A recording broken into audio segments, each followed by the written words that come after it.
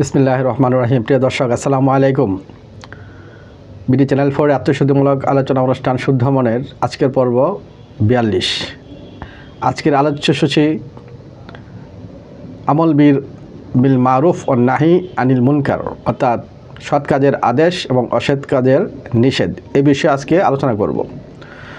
সৎ কাজের আদেশ এবং অসৎ কাজের নিষেধ মূলত শরীয়তের মূল বিষয়বস্তুর একটি। ঈমান আনার পর মানুষের যে কর্মকাণ্ড, আল্লাহ কর্তৃক নির্ধারিত কর্মকাণ্ড আল্লাহ আদেশ করেছেন আবার নিষেধ করেছেন, এই কাজগুলা যে দায়িত্ব বা আঞ্জাম দেওয়া হবে, সেই দায়িত্ব বা আঞ্জামের বিষয়টার আজকে আলোচনা করব। প্রত্যেক মুমিন মুত্তাকি মুসলিম মুমিন মুত্তাকিন যে লেভেলে হয় না কেন, আমাদের প্রত্যেকের এই দায়িত্বটা কোরআন এবং হাদিসের আলোকে আলোচনা করব। এতে আমরা এর গুরুত্ব বুঝে যাব। তো শুরুতে আমরা একটা হাদিস দিয়ে শুরু করব। ইমাম গাজ্জালি ওনার মুকাশাফাতুল কুলুব গ্রন্থে এই হাদিসটি অত্যন্ত সুন্দর একটা হাদিস বর্ণনা করেছেন। হযরত আনাস রাদিয়াল্লাহু আনহু হইতে বর্ণিত, রাসূলুল্লাহ সাল্লাল্লাহু আলাইহি ওয়াসাল্লাম ইরশাদ করেন, যে ব্যক্তি আমার উপর একবার দরুদ পাঠ করবে, আল্লাহ তাআলা সেই ব্যক্তির নিঃশ্বাস হইতে একটি মেঘমালা সৃষ্টি করেন, অতঃপর তাকে বর্ষিত হওয়ার আদেশ করেন।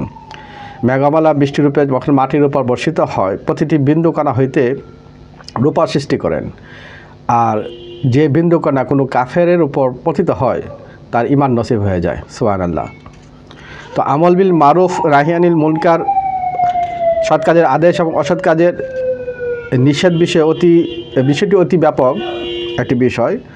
মারুফ ও মুনকার বলছে সাধারণত পূর্ণ কাজ ও পাপ কাজকে নির্দেশ করে, কিন্তু শরীয়তের এই বিষয়টিকে ফরজ ও ওয়াজিব, সুন্নত, মুস্তাহাব এবং নফল এই বিষয়কে কেন্দ্র করে আলোচিত হয়ে থাকে। পক্ষান্তরে নাহি আনিল মুনকার বিষয়টি পাপ কাজ বর্জন, কবিরা এবং সগীরা গুনাহকে সাধারণত নির্দেশ করে। যদিও এই দুটি শরীর গণ্ডির বাইরে গিয়েও এর পরিব্যাপ্তি রয়েছে, যা চারিত্রিক সৌন্দর্য, মূল্যবোধ এবং মুস্তাহাব আচার আচরণ, মানুষের মুআমালাত ইত্যাদি বিষয় রয়েছে তার অন্তর্ভুক্ত। তো আল্লাহ পাকে ইরশাদ করেন কোরআনে পাকে, কুনতুম খায়রা উম্মাতিন উখরিজাত লিন-নাসি তা'মুরুনা বিল মারুফ ওয়া তানহাউনা আনিল মুনকার ওয়া তু'মিনুনা বিল্লাহ। সূরা আলে ইমরানের এই আয়াতটি 110 নম্বর আয়াত। এর অর্থ হচ্ছে, তোমরা হলে সর্বোৎকৃষ্ট জাতি মানব জাতির মধ্যে, তোমাদেরকে সৃষ্টি করা হয়েছে সৎ কাজের আদেশ এবং অসৎ কাজের নিষেধ করার জন্য, আর আল্লাহর উপর ঈমান রেখে চলবে। হযরত ইমাম কালবি রহমতুল্লাহ বলেন, উপরোক্ত আয়াতের অন্যান্য উম্মতের চেয়ে উম্মতে মুহাম্মদ সাল্লাল্লাহু আলাইহি সাল্লামের মর্যাদা বর্ণনা করা হয়েছে। এই শ্রেষ্ঠত্ব কেবল কতিপয় বিষয় নয়, সার্বিক বিষয়ের দিকেই ইঙ্গিত করে, অর্থাৎ সব দিক থেকে এই উম্মত সর্বশ্রেষ্ঠ। তো এই শ্রেষ্ঠত্ব কেবল মুহাম্মদ সাল্লাল্লাহু আলাইহি সাল্লামকে দান করা হয়েছে। এর কয়েকটি কারণ রয়েছে। এর মধ্যে সর্বশ্রেষ্ঠ নবী হযরত মুহাম্মদ সাল্লাল্লাহু আলাইহি সাল্লাম, সর্বশ্রেষ্ঠ কিতাব কোরআন আমাদের অন্তর্ভুক্ত। আর এই উম্মতের যে দায়িত্ব দেওয়া হয়েছে সেটা সৎ কাজের আদেশ এবং অসৎ কাজের নির্দেশ করার জন্য। তো মানব জাতির জন্য সৎ কাজের আদেশ এবং অসৎ কাজের নির্দেশ করার জন্য একটা জাতি থাকবে, যে জাতির এই কাজটা করবে তার সেই মর্যাদা থাকবে। আর যদি এই কাজ না করে বা পরিত্যাগ করে, তারপরে তার সেই মর্যাদার অধিকারী সে হবে না, সে বঞ্চিত হয়ে যাবে। তো উম্মতের মধ্যে যেহেতু হযরত মুহাম্মদ সাল্লাল্লাহু আলাইহি সাল্লামের উম্মত অধিক শ্রেষ্ঠ, এটি যেমন সাহাবীগণও তাবিঈগণের চাইতে শ্রেষ্ঠ। তদ্রুপ আউলিয়া এবং মাশায়েখ আলেম এবং মাশায়েখ মিল্লাতে মাশায়েখ যারা আছেন, ওনারাও সর্বসাধারণ মুমিনদের চেয়ে শ্রেষ্ঠ। তো এই বিষয়ে শ্রেষ্ঠত্বের একটা বিভিন্ন দরজা আছে, এই দরজা আলোচনায় আসলে এই মুমিনের ভিতরে আবার অনেক দরজা বা মর্যাদা আছে। তো উখরিজাত লিন-নাস এই কথাটির অর্থ ব্যাপক, যে উক্ত কোরআনে আয়াতে উক্ত বাণীতে আল্লাহ যে উখরিজাত লিন-নাস, মানব জাতিদের জন্য তোমাদেরকে আগমন করা হয়েছে বা উত্থিত করা হয়েছে, এর অর্থটা যে কত গভীর। তো এটার গভীরতা বলতে গিয়ে অনেক কিতাবাদি, অনেক বর্ণনার কিতাবাদির মাধ্যমে অনেক শরীয় কিতাবে এবং অন্যান্য বর্ণনা আমাদের চলে আসছে, এবং এই জাতির হযরত মুহাম্মদ সাল্লাল্লাহু আলাইহি ওয়াসাল্লাম উম্মতের শ্রেষ্ঠত্ব কেন, এইসব বিষয়ে আলোচনা করতে গিয়ে এই জিনিসটা চলে আসছে। কারণ অন্যান্য জাতিগুলা ক্ষুদ্র ক্ষুদ্র জায়গায়, ক্ষুদ্র ক্ষুদ্র এলাকায় এসেছিলেন এবং অন্যান্য নবীরাও এসেছিলেন এবং কিতাবগুলোর পরিব্যাপ্তি এমন ছিল, কিন্তু উম্মতে মুহাম্মাদের পরিব্যাপ্তি বিশ্বজনীন এবং কিয়ামত পর্যন্ত। শুধু মানব জাতি না, জিন জাতির মধ্যেও এটার ব্যাপ্তি রয়েছে। তাহলে কিয়ামত পর্যন্ত সমস্ত মানব জাতির জন্য এই জাতি আল্লাহর আদেশ এবং নিষেধগুলোকে বাস্তবায়ন করবে, অর্থাৎ সৎ কাজের আদেশ দিবে, অসৎ কাজের নির্দেশ দিবে। বিধায় এই জাতির শ্রেষ্ঠত্ব মর্যাদা অনেক অনেক গুণ, বহুগুণ বর্ধিত করে দেওয়া হয়েছে। যেমন আল্লাহ পাক বলেন, তা'মুরুনা বিল মারুফ ওয়া তানহাউনা আনিল মুনকার ওয়া তু'মিনুনা বিল্লাহ। পূর্ববর্তী আয়াতের বর্ণনায় বলেছি যে তোমরা আদেশ করবে কল্যাণকর কাজে এবং সৎ কাজে, এবং অসৎ কাজ থেকে বিরত রাখবে মানব জাতিকে। তো উপরোক্ত আয়াতে স্পষ্ট ভাষা বলা হয়েছে যে উক্ত গুণটি হচ্ছে এই শ্রেষ্ঠত্বের গুণ, অর্থাৎ এই গুণ যার থাকবে সে এই গুণে গুণান্বিত হবে। অর্থাৎ এই গুণ যে পরিত্যাগ করবে, মানে এই গুণটি যার না থাকবে বা মুমিনরা যদি পরিত্যাগ করে তাহলে তার শ্রেষ্ঠত্ব আমরা থাকে না। তাহলে এই জিনিসটা কত গুরুত্বপূর্ণ এটা বলার জন্য আল্লাহ কিন্তু এই পরের লাইনে বলেছে, তা'মুরুনা বিল মারুফ ওয়া তানহাউনা আনিল মুনকার। তোমরা সৎ কাজে আদেশ দিবে, অসৎ কাজে নির্দেশ দিবে এবং আল্লাহর উপর অর্থাৎ আমার উপর ঈমান রেখে চলবে, অর্থাৎ দৃঢ় ঈমান রাখবে। তাহলে এই জিনিসগুলা অবশ্যই আমাদের থাকতে হবে। আর আমাদের না থাকলে আমরা কিন্তু ওই বনি ইসরায়েল এবং খ্রিস্টানদের মতো কিন্তু আমরা আবার একটা জেনারেল লেভেলে চলে আসবো। কারণ আমাদের শ্রেষ্ঠত্বের মানদণ্ড এই শ্রেষ্ঠত্ব কিন্তু তাদেরকে দেওয়া হয়েছিল, কিন্তু তারা পরিত্যাগ করার কারণে আবার উম্মতে মুহাম্মাদের কাঁধে চলে আসছে। আর উম্মতে মুহাম্মাদের কাঁধে চলে আসার পর উম্মতে মুহাম্মাদের শ্রেষ্ঠত্ব দান করা হলো। তো উম্মতে মুহাম্মাদ যদি এটা পরিত্যাগ করে তাহলে এই শ্রেষ্ঠত্বের মানদণ্ডে তারা থেকে বের হয়ে যাবে, তখন তারা ইহকালে পরকালে এই মর্যাদা পাবে না।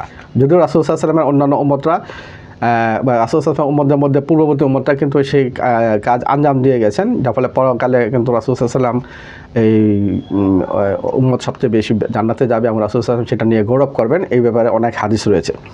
সুতরাং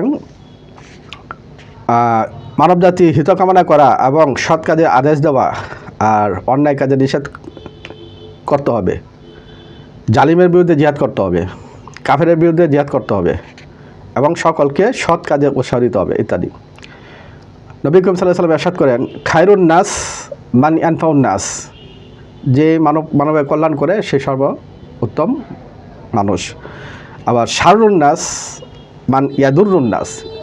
ওই ব্যক্তি বা ওই মানুষ খারাপ যে মানুষের ক্ষতি করে, অকল্যাণ করে। তাহলে আমরা এই হাদিস থেকে বুঝতে পারছি যে এটা রাসূল সাল্লাল্লাহু আলাইহি ওয়াসাল্লাম হাদিসেই ফুটে উঠছে যে আমরা যদি কারো কল্যাণ করি তাহলে আমরা শ্রেষ্ঠ হয়ে যাচ্ছি, আবার আমরা যদি অকল্যাণ করি, অনিষ্ট করি, তাহলে আমরা কিন্তু আবার সবচেয়ে খারাপ মানুষ বা বাজে মানুষ হিসেবে আল্লাহ রাসূলের কাছে কিন্তু আমরা চিহ্নিত হব। তাহলে এই আমর বিল মারুফ নাহি আনিল মুনকারে এই বিষয়টাকে আরও বেশি রাসূল সাল্লাল্লাহু আলাইহি ওয়াসাল্লাম এই হাদিস দ্বারা আরও ক্লিয়ার করা হয়েছে। অর্থাৎ উত্তম ব্যক্তি সে যে অপরের উপকার সাধন করে, আর অধম ব্যক্তি সে যে মানুষের অপকার করে বা ধ্বংস সাধন করে। তো তুমিনুনা বিল্লাহ ব্যাপারে এর আগে আমি আলোচনা করেছি। তুমিনুনা আল্লাহ তাআলার তাওহীদ এবং রুবুবিয়াত, অর্থাৎ আল্লাহর উপর ঈমান। এর অর্থ কি? আল্লাহর উপর ঈমান রেখে চলবে। এর অর্থ হচ্ছে আল্লাহর রুবুবিয়াত এবং উলুহিয়াত, আল্লাহ একক এবং আল্লাহ রুবুবিয়াত অর্থাৎ আল্লাহ প্রতিপালন করছেন সমস্ত সৃষ্টিকে, মানব জাতি, জিন জাতি এবং সমস্ত সৃষ্টিকে প্রতিপালন করছেন। এই যে রুবুবিয়াত, তো ওই রুবুবিয়াত এবং উলুহিয়াত এই জিনিসটাকে কিন্তু আমরা লালন করব, দৃঢ়পদ থাকব। এই জন্য বলা হয়েছে তুমিনুনা বিল্লাহ, অর্থাৎ তোমরা আল্লাহর উপর দৃঢ় ঈমান রেখে চলবে। তো দৃঢ় ঈমানটা এটাই যে তকদির আল্লাহ নির্ধারণ করে দিয়েছেন, তকদির অনুযায়ী আমাদের রিজিক আসবে, ফয়সালা আসবে, সব কিছু আসবে, সব কিছু আল্লাহ করেন। কোনো কিছু আল্লাহর ইচ্ছা ছাড়া হয় না, একমাত্র আল্লাহই করেন। তো একমাত্র আল্লাহর দিকে আমরা ফিরে যাব এবং একমাত্র আল্লাহ আমাদের খালেক, মালেক এবং রিজিকদাতা, এবং আল্লাহ আমাদেরকে পুরস্কৃত করবেন পরকালে। জান্নাত জাহান্নাম আমরা যা দেওয়া হবে সেটা কিন্তু আল্লাহই দেবেন, অন্য কোনো শক্তি নাই, অন্য কোনো খালেক নাই, মালেক নাই এবং রাজ্জাকও নাই। আমাদের রিজিক দিবে, আমাদের প্রতিপালন করে রবও নাই। তাহলে এই তুমিনুনা বিল্লাহর উপরে আমাদের দৃঢ় থাকতে হবে। আবার এই তুমিনুনা বিল্লাহর উপর ব্যাপক আলোচনায় যদি যায় তাহলে আদেশ নিষেধ কার মানবো? ওই যার উপরেই মানে এনেছে, উনি যে বিধান দিয়েছেন, কোরআন দিয়েছেন, এই অনুযায়ী আমাদের সমাজে, পরিবার, আমার ব্যক্তি জীবন গড়ব এবং এটার উপর থাকবে। এই বিষয়ে আলোচনা করা হয়েছে। তাহলে আদেশ নির্দেশগুলো যারা জানে না তাদেরকে জানানো আমাদের অধিকার, তাদের অধিকার, আবার আমাদের জানানো আমাদের কর্তব্য। তো এখানে কর্তব্যের বিষয়ে আলোচনা করা হচ্ছে, যারা জানে না তাদেরকে জানাইতে হবে। আমর বিল মারুফ নাহি আনিল মুনকার, মানে জানাই দিতে হবে। কারণ শরীয়তের বিষয়ে, আল্লাহর হুকুম আহকাম বিষয়ে মানুষ খুব কমই জানবে, সাধারণ মানুষের কম জানবে। এই জন্য আলেমদের মধ্যে থেকে কিছু লোক এই কাজগুলো করে এবং শিক্ষিত মানুষের লোক করে। যে নবীরা করছেন, সাহাবীরা করছেন, তাবিঈনরা করছেন, আমরাও করব। কারণ রাসূল সাল্লাল্লাহু আলাইহি ওয়াসাল্লামের অবর্তমানে সমস্ত মুসলমানদের এই দায়িত্ব। ব্যক্তি জীবনে, পরিবারে তার গার্জিয়ান সে তার সন্তানদেরকে ভালো কাজে আদেশ দিবে, উৎসাহ দিবে, আবার খারাপ কাজ থেকে দূরে রাখবে, আল্লাহর ভয় দেখাবে, পরকালে ভয় দেখাবে, আবার উৎসাহিত করবে ভালো কাজে যেন জান্নাত পায়, মানুষের জন্য ভালো, আল্লাহর প্রিয় হবে। যা কিছু করতে হবে আল্লাহর সন্তুষ্টির জন্য করতে হবে, যা কিছু করতে হবে আল্লাহ এবং আল্লাহ রাসূলের সন্তুষ্টি, আল্লাহ এবং আল্লাহ রাসূলের মহব্বতে করতে হবে। এই বিষয়টা আমরা পরিবারের জীবনেও আমরা পালন করব। পিতা হলে পিতা, মাতা হলে মাতা, আবার সমাজ জীবনে নেতা হলে আমরা আমাদের কিন্তু সারাউন্ডিং যারা আছে এবং আমাদের দায়িত্ব যারা আছে তাদেরকে কিন্তু আমরা এই আদেশগুলো করব, কিন্তু আমরা সাধারণত করি না। আর পাপাচারে থেকে দূরে রাখার জন্য, কবিরা গুনাহ সগীরা গুনাহ থেকে দূরে থাকার জন্য বোঝাতে হবে এবং তাদেরকে বলতে হবে যেগুলো পাপ কাজ, পরকালে তোমার ধ্বংস হয়ে যাবে, ইহকালে তোমরা এগুলো করলে সমাজ নষ্ট হবে, পরিবার নষ্ট হবে, ব্যক্তি কষ্টপ্রাপ্ত হইলে আল্লাহর তরফ থেকে আযাব আসবে, গজব আসবে। এই ব্যাপারে একটু আলোচনা করার ভিতরে তো আল্লাহ রাসূল সাল্লাল্লাহু আলাইহি ওয়াসাল্লাম আরও বলেন যে মান রাআ মিনকুম মুনকারান ফালইয়ুগাইয়িরহু বিয়াদিহি ফাইন লাম ইয়াস্তাতি ফালিসানিহি ফাইন লাম ইয়াস্তাতি বিকালবিহি ওয়া যালিকা আদফাউল ঈমান। অর্থাৎ তোমাদের মধ্যে যে কেউ কোনো প্রকার অন্যায় দেখবে তবে সে যেন শক্তি প্রয়োগের মাধ্যমে, হাতের মাধ্যমে শক্তি প্রয়োগের মাধ্যমে প্রতিরোধ করে। যদি অক্ষম হয় তবে মুখে বাধা প্রদান করবে। যদি মুখেও কিছু বলতে অক্ষম হয় তবে সে যেন সেটি খারাপ জানে এবং ঘৃণা করে। আর এটি হলো ইমানের সর্বোত্তম স্তর বা দুর্বলতম স্তর। তো পবিত্র কোরআনে এরশাদ হয়েছে ওয়া তাআনু আলাল বিররি ওয়া তানহাউনা ওয়া তাকওয়া ওয়ালা তাআনু আলাল ইসমি ওয়াল উদওয়ান। অর্থাৎ সৎকর্ম ও ক্ষুধাবৃত্তির ব্যাপারে তোমরা পরস্পরকে সাহায্য করো এবং পাপ ও সীমা লঙ্ঘনের ব্যাপারে একে অপরকে সাহায্য করো। এখানে সুন্দর করে আমল বিল মারুফ নাহি আনিল মুনকারের আলোচনা আল্লাহ করে দিয়েছেন। অর্থাৎ সৎকর্ম ও ক্ষুধাবৃত্তির ব্যাপারে পরস্পরকে সাহায্য করব এবং পাপ ও সীমা লঙ্ঘনের ব্যাপারে প্রত্যেকে অপরকে বিরত রাখার সাহায্য করব। তো কেউ কাউকে কোনো সৎকর্মে সহযোগিতা বা কল্যাণকর কোনো পন্থা বাতলে দেওয়া, জুলুম অত্যাচার ও গর্হিত কাজে সম্ভাব্য প্রতিরোধ বা বাধা সৃষ্টি করা ইত্যাদি এই আয়াতের বিষয়বস্তু। এইসবের মানব কল্যাণের কামনা ও সাহায্য বা সহযোগিতা বিষয় অন্তর্ভুক্ত। হুজুর সাল্লাল্লাহু আলাইহি ওয়াসাল্লাম এরশাদ ফরমান, মেরাজ নদীতে আমি একদল লোককে দেখেছি, তাদের ঠোঁট কাঁচির দ্বারা কাটা হয়েছে। আমি জিজ্ঞেস করলাম, হে জিবরাইল আলাইহিস সালাম, এরা কারা? তিনি বললেন, এরা আপনার উম্মতের ওই সমস্ত ওয়াইজ যারা তাদেরকে অন্যদেরকে ভালোভাবে আদেশ দিত অথচ তারা নিজেরা আমল করতো না। তো এই ব্যাপারে পবিত্র কোরআনে একটা আয়াত রয়েছে, যেমন আতামুরুনান নাসা বিল বিররি ওয়া তানসাউনা আনফুসাকুম ওয়া আনতুম তাতলুনাল কিতাব আফালা তাআকিলুন। বাকারা 33 নম্বর আয়াত। অর্থাৎ তোমরা লোকদেরকে সৎকর্মের নির্দেশ প্রদান করছো অথচ তোমরা নিজেরা ভুলে থাকছো। বস্তুত তোমরা কিতাব পাঠ করো, তাহলে কি তোমরা কিতাব বোঝো না? অর্থাৎ আল্লাহর কালামের তেলাওয়াত হয় কিন্তু তার বিধিবিধান অনুযায়ী আমল করা হয় না। আর সুতরাং এ থেকে আমরা বিরত থাকবো, কারণ আমরা আমল করব আবার অন্যকে উপদেশ দিব।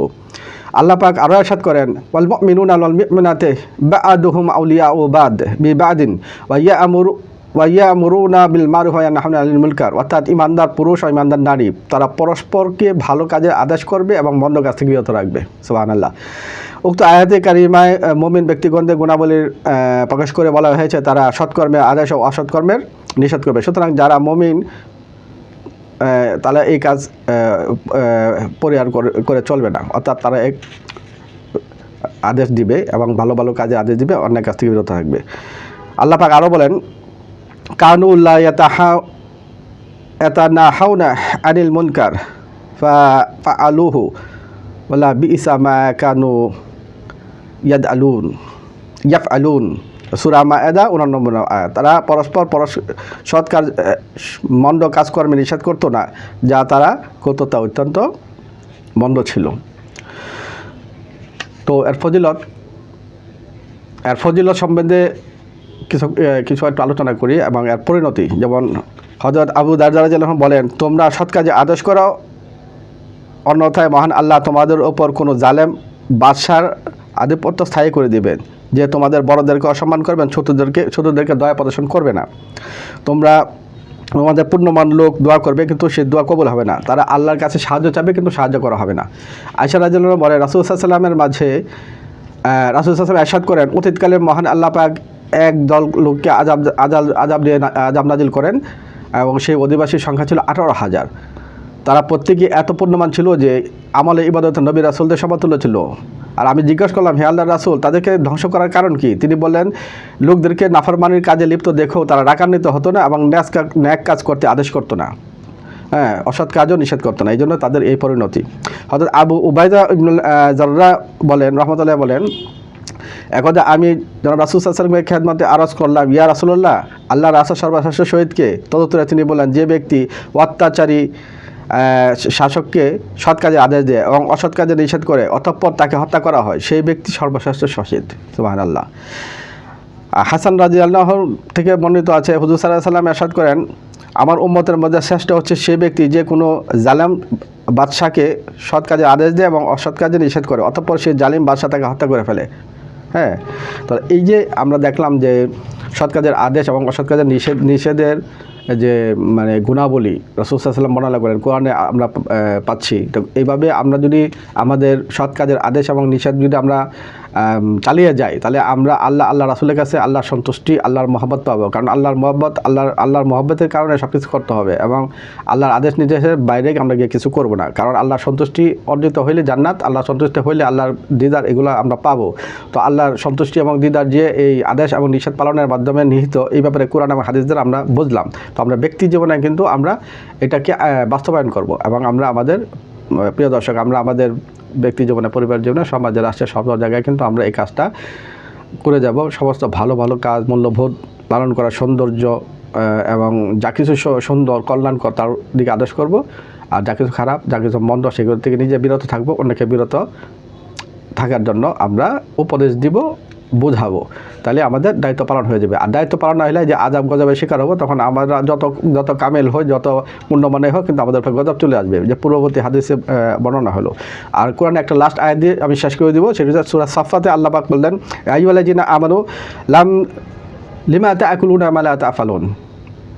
অর্থাৎ আল্লাহ পাক বলতেছে, হে ঈমানদাররা, তোমরা এমন কাজ করো কেন, এমন কাজ বলো কেন যা তোমরা নিজেরা করো না। তার মানে আমরা যা বলি তা করতে হবে। অর্থাৎ আমরা যা অন্যকে উপদেশ দিয়ে নিজে করি না, এটা আল্লাহর কাছে অত্যন্ত মারাত্মক, আল্লাহ পাকড়াও করবেন। তাই আলেমদের জন্য, যারা কোরআন হাদিসে জ্ঞান আছে, তাদের জন্য কিন্তু এটা ভয়াবহ একটা হুমকি। তাহলে আমরা এলেম অনুযায়ী আমল করবো, এলেম অনুযায়ী মানুষকে উৎসাহ দেবো। আবার এই উৎসাহের মাধ্যমে কিন্তু আমরা আমাদের দায়িত্ব পালন করতে পারবো। তো এইভাবে আজকে আলোচনা এখানে শেষ করলাম। অন্য একদিন অন্য একটা আলোচনা করবো। আসসালামু আলাইকুম ওয়া রাহমাতুল্লাহি ওয়া বারাকাতুহু।